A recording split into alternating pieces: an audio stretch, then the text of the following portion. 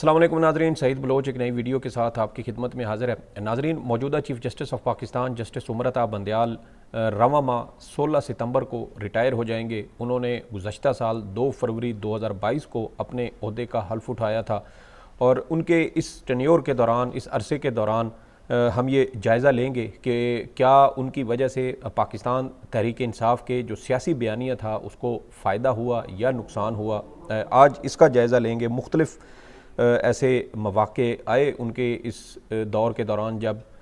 उनकी जानिब से बड़े अहम मुकदमात की समाअत की गई, तो उसी का आज जायज़ा लेते हैं।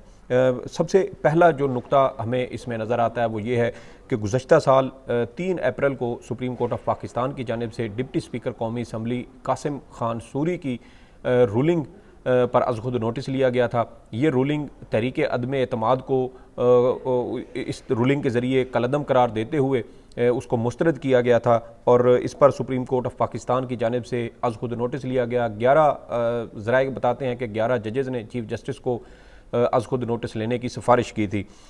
इस केस की समाअत के बाद सुप्रीम कोर्ट ने 7 अप्रैल की रात को ये फ़ैसला दिया कि 9 अप्रैल की रात उस वक्त तक कौमी असम्बली का इजलास मनसूख ना किया जाए, मुलतवी ना किया जाए जब तक जो तहरीक अदम एतमाद का मामला है वो मंतकी अंजाम तक नहीं पहुँच जाता। इस बयानिए के बाद सुप्रीम कोर्ट ऑफ पाकिस्तान में एक अपील दायर की गई और इस अपील पर सुप्रीम कोर्ट की जानिब से ताहाल फ़ैसला नहीं किया गया। चीफ़ जस्टिस चंद रोज़ के बाद अपने ओहदे से रिटायर हो जाएंगे, लेकिन वो जो अपील इस फैसले के ख़िलाफ़ दायर की गई थी उसकी सुनवाई नहीं हो सकी, जिसकी वजह से मैं ये समझता हूँ कि चीफ़ जस्टिस के इस इक़दाम से पाकिस्तान तहरीक इंसाफ को सियासी तौर पर यह नुकसान ज़रूर हुआ कि अगर चीफ़ जस्टिस उस अपील को या नज़रसानी को समाअत के लिए मुकर्रर करते तो मुमकिन तौर पर उसके ऊपर कुछ नए ऐसे कानूनी नुकात सामने आ सकते थे। इसके बाद दूसरा जो अहम नुक्ता है जिससे ये तासुर मिलता है कि शायद चीफ़ जस्टिस के इक़दामात या सुप्रीम कोर्ट के इक़दामात की वजह से पाकिस्तान तहरीक इंसाफ के सियासी बयानिए को कुछ धचका लगा, वो था जब गुज़श्ता साल ग़ालिबन 26 मई को पाकिस्तान तहरीक इंसाफ की जानिब से लॉन्ग मार्च किया गया। इस लॉन्ग मार्च में सुप्रीम कोर्ट ऑफ पाकिस्तान की जानिब से पाकिस्तान तहरीक इंसाफ को बड़े महदूद तरीके से उनको इजाज़त दी गई थी।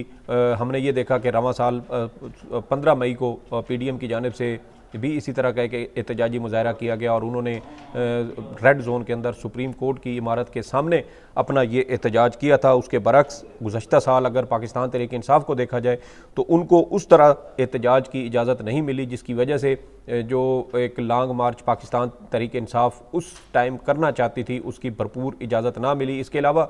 PDM हुकूमत की जानिब से बड़ा खौफनाक किस्म का क्रैकडाउन किया गया। पंजाब खैबर पख्तूनख्वा के जो बॉर्डर है उसके ऊपर जो सड़कें थीं उसके ऊपर शीशे फेंके गए ताकि ट्रैफिक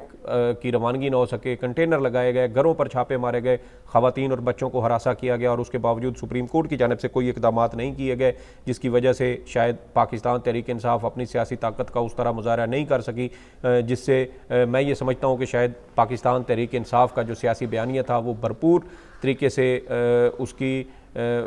उसको नुकसान पहुँचा। इसके अलावा गुज़श्ता साल भी और रवां साल भी शहबाज गिल हों, आज़म सवाती हों या मकतूल शहीद अरशद शरीफ हों, उन पर मुकदमात बनाए गए, उनको टार्चर किया गया। अरशद शरीफ को अपनी जान बचाकर मुल्क छोड़ना पड़ा, फिर बैरून मुल्क उनको कत्ल कर दिया गया। इसके अलावा जो दीगर कारकुनान थे पाकिस्तान तहरीक इंसाफ के, उनके ऊपर मुकदमात बने, तशद्दुद किया गया। आज़म सवाती तकरीबन 2 से 3 हफ्ते सुप्रीम कोर्ट के बाहर वाक करते रहे, एहतजाज करते रहे, चीफ़ जस्टिस से सुप्रीम कोर्ट से नोटिस लेने के लिए अपील करते रहे, लेकिन उसके बावजूद चीफ़ जस्टिस की जानिब से उनके जो अपील थी उसके ऊपर कोई नोटिस नहीं लिया गया। उन्होंने चीफ़ जस्टिस पाकिस्तान को ख़त भी लिखा और ग़ालिबन उन्होंने एक दरख्वास्त भी सुप्रीम कोर्ट ऑफ पाकिस्तान में दायर की थी, लेकिन उसके बावजूद उनकी सुनवाई नहीं की गई। उनकी अहलिया के साथ कोयटा में एक खुफिया वीडियो रिकॉर्ड की गई और वो वीडियो एडिट करके उनकी साहबजादी को भेजी गई और वो प्रेस कॉन्फ्रेंस में भी अपील करते रहे, लेकिन चीफ़ जस्टिस की जानिब से कोई नोटिस नहीं लिया गया। और मैं समझता हूँ कि शायद इस वजह से भी पाकिस्तान तहरीक इंसाफ का जो एक सियासी बयानिया था उसको किसी हद तक नुकसान पहुँचा। इसके अलावा इमरान खान हो, साबिक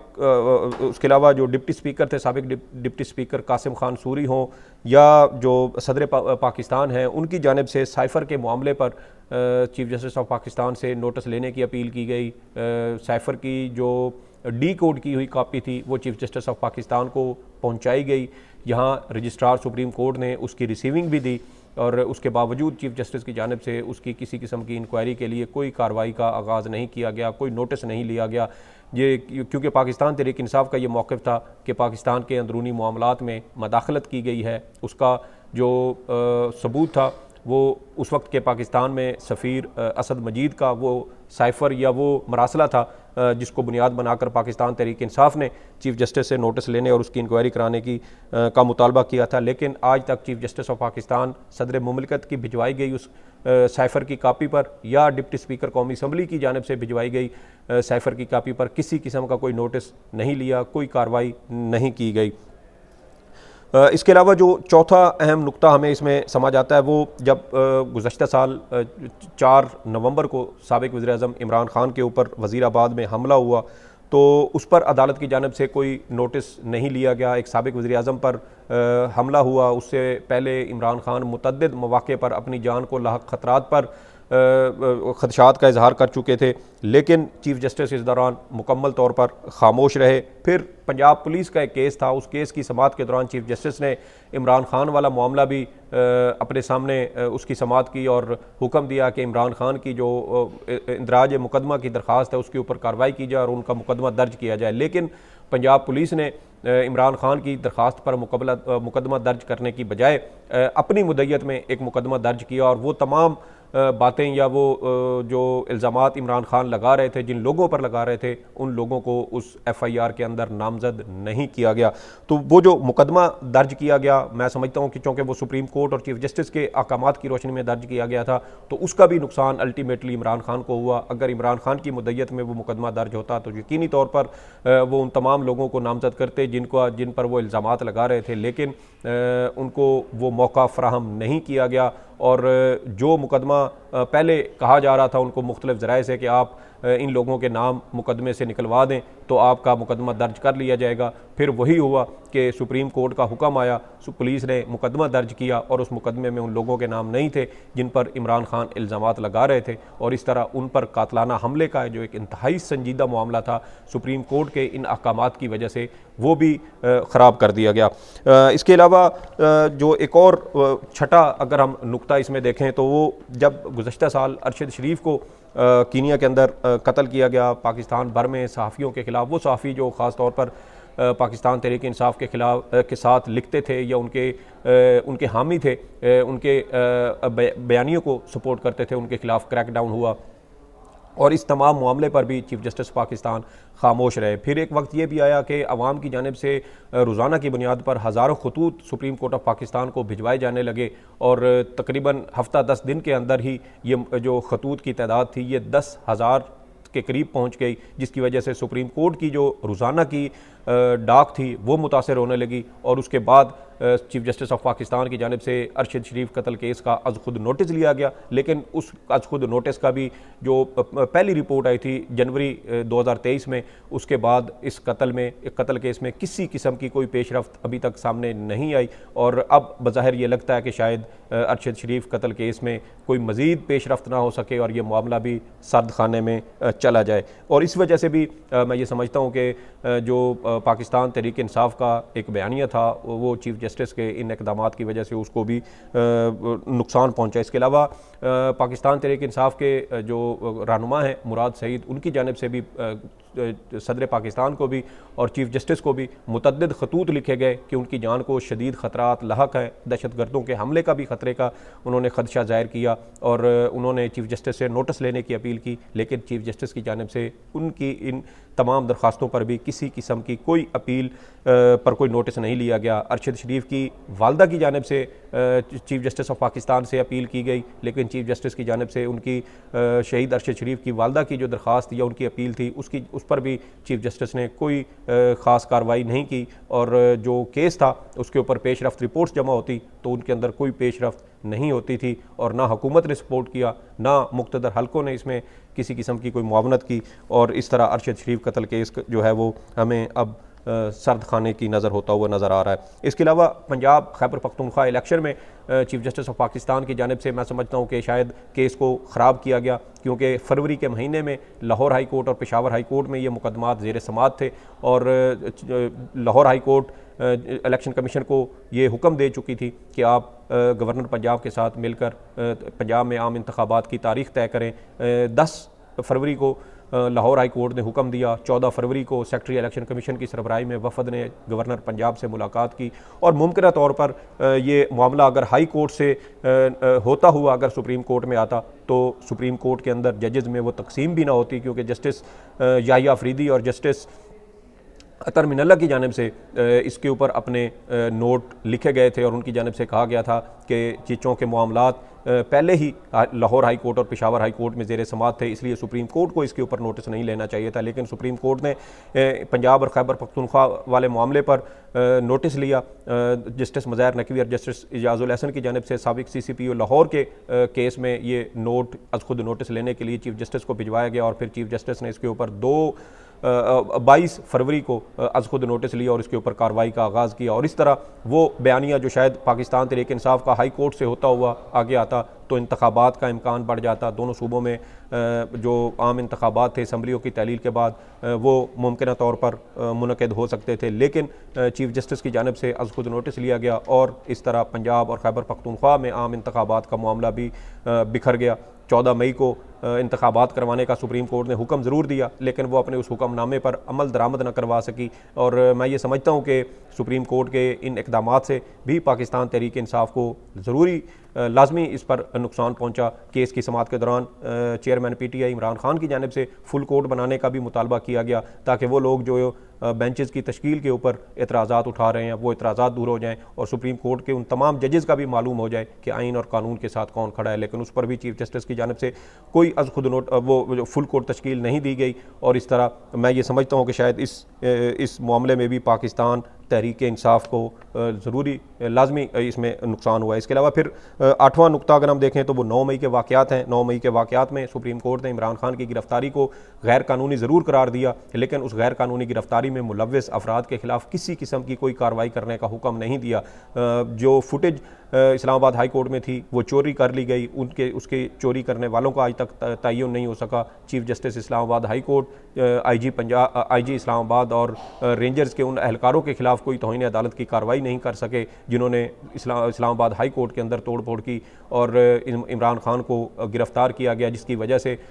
जो पाकिस्तान तहरीक इंसाफ के वर्कर्स थे वो मुश्तइल हुए। 9 मई के वाक़यात हुए, और उसके बाद पाकिस्तान तहरीक इंसाफ के ख़िलाफ़ एक ऐसा खौफनाक किस्म का क्रैकडाउन का आगाज़ हुआ जिसका सिलसिला अभी तक जारी है। मुकदमात कायम हुए हैं, लोगों को ज़मानत नहीं दी जा रही, अदालतों में मुकदमात समाअत के लिए मुकर्रर होते हैं और वो मुकदमात डिलिस्ट कर दिए जाते हैं, बेंच टूट जाते हैं, जजेज छुट्टी पर चले जाते हैं। ख़वातीन को गिरफ़्तार किया गया इन मुकदमात में, लेकिन उन ख़वातीन के भी मुकदमात जो है वो समाअत के लिए मुकर्रर नहीं होते। डॉक्टर यास्मीन राशिद, आलिया हमज़ा, तैयबा राजा हों या सनम जावेद समेत 39 ख़वातीन वर्कर्स हैं पाकिस्तान तहरीक इंसाफ की, जिनको 9 मई के वाक़यात के तनाजुर में गिरफ़्तार किया गया और अभी तक उनके खिलाफ अदालतों में चालान पेश नहीं किए गए, उनको ज़मानतें नहीं दी जा रही, और इस तमाम तर इंसानी हकूक़ की खिलाफ वर्जी पर चीफ जस्टिस पाकिस्तान की जानिब से कोई अज़ खुद नोटिस नहीं लिया गया, और इसकी वजह से भी पाकिस्तान तहरीक इंसाफ के खिलाफ जारी इस खौफनाक क्रैकडाउन में अभी तक कमी नहीं आ रही। ये भी एक तरह का जो नुकसान है इसका वो पाकिस्तान तहरीक इंसाफ को हुआ। इसके अलावा साबिक़ वज़ीर-ए-आज़म इमरान खान और पाकिस्तान तहरीक इंसाफ के वर्कर्स के ख़िलाफ़ जो है वो सैकड़ों के हिसाब से मुकदमात कायम हुए। सिर्फ इमरान खान के ख़िलाफ़ मुल्क भर में तकरीबन 180 के करीब मुकदमात बताए जाते हैं जो मुख्तलिफ़ थानों में मुख्तलिफ़ औक़ात में दर्ज किए गए, जिसमें 9 मई से पहले के भी मुकदमात शामिल हैं, 9 मई के बाद के मुकदमात भी शामिल हैं। लेकिन इन तमाम तर मुकदमात और इस तमाम तर जबर के बावजूद चीफ जस्टिस पाकिस्तान की जानब से कोई नोटिस नहीं लिया गया, इंसानी हकूक़ की खिलाफ वर्जी पर कोई नोटिस नहीं लिया गया, ताकत के अंधे इस्तेमाल पर नोटिस नहीं लिया गया, और और अभी तक हमें सुप्रीम कोर्ट ऑफ पाकिस्तान से ऐसी कोई उम्मीद भी नज़र नहीं आती, क्योंकि अब चीफ जस्टिस पाकिस्तान 16 सितंबर को रिटायर हो रहे हैं और उनकी रिटायरमेंट करीब है। इस वजह से अब वो बेंचेस में भी नहीं बैठ रहे बल्कि सिर्फ चैम्बर वर्क कर रहे हैं। तो अब मज़ीद इसमें जो अगर कोई ऐसी कोई गुंजाइश मौजूद भी थी, कोई उम्मीद मौजूद भी थी, तो अब वो भी ख़त्म हो चुकी है। इसके अलावा 9 मई के वाक़यात के बाद जो मुल्क भर की ज़िलाई अदालतें हों, हाई कोर्ट्स हों, जिसमें ख़ास तौर पर लाहौर हाई कोर्ट या इस्लामाबाद हाई कोर्ट हो, उनके फ़ैसले हों जस्टिस तो उनके ऊपर अमल दरामद नहीं किया जा रहा, अदालतों की बेतौकीरी की जा रही है और अदालती अहकामात को रियासती इदारों की जानिब से जूते की नोक पे रखा जा रहा है। और इन तमाम जो ये तनज़्ज़ुली बेतौकीरी अदालतों की अदलिया की हो रही है, इसकी वजह भी मेरे ख्याल में चीफ जस्टिस उमर अता बंदयाल साहब हैं, जिन्होंने अभी तक इस हवाले से भी कोई कार्रवाई नहीं की। इस्लामाबाद हाई कोर्ट के जज हों या लाहौर हाई कोर्ट के जज हों, वो अपनी अदालतों में आबदीदा हो चुके हैं, क्योंकि उनके अहकामात पर अमल नहीं किया जाता। अदालती अहकामात की हुक्म अदूली की जाती है और पुलिस जिन पीटीआई वर्कर्स को या रहनुमाओं को जिनको रिहा किया जाता है, उनको एक मुकदमे से निकाल के दूसरे मुकदमे में गिरफ्तार कर लेती है, या एमपीओ के कानून के तहत उनको गिरफ्तार कर लिया जाता है। और ये एमपीओ का कानून पाकिस्तान तहरीक इंसाफ के ख़िलाफ़ सियासी तौर पर इसका इस्तेमाल किया गया है। इसके अलावा जो मुख्तलिफ़ अदालतें हैं वो 9 मई के वाक़यात के हवाले से ऑब्जर्वेशंस दे चुकी हैं। इमरान खान के ख़िलाफ़ कायम इन दर्जनों के हिसाब से मुकदमात के ख़िलाफ़ बड़ी सख्त किस्म की ऑब्जर्वेशंस दे चुकी हैं, लेकिन इस तमाम के बावजूद चीफ जस्टिस की जानिब से अभी तक किसी किस्म का कोई नोटिस नहीं लिया गया और पाकिस्तान तहरीक इंसाफ के ख़िलाफ़ ये जो रियासती क्रैकडाउन जारी है, इसका सिलसिला रुकने में नहीं आ रहा। ये कुछ ऐसे नुकात थे, कुछ पॉइंट्स थे जो मैं समझता था कि अपने नाजरीन के साथ शेयर करने चाहिए कि जो मौजूदा चीफ जस्टिस उमर अता बंदयाल हैं, इनके दौर में पाकिस्तान तहरीक इंसाफ के ख़िलाफ़ कैसे उनको सियासी तौर पर नुकसान हुआ। चीफ जस्टिस की जानिब से कुछ ऐसे नोटिस लिए गए, कुछ मुकदमात ऐसे थे जिसकी वजह से मेरे ख्याल में उसका नुकसान पाकिस्तान तहरीक इंसाफ को हुआ है। तो ये इन्फॉर्मेशन आपके साथ शेयर करनी थी। इस हवाले से अगर आपकी कोई आरा हो तो कमेंट्स में ज़रूर बताइएगा। सईद बलोच को इजाज़त दें। अल्लाह हाफ़िज़।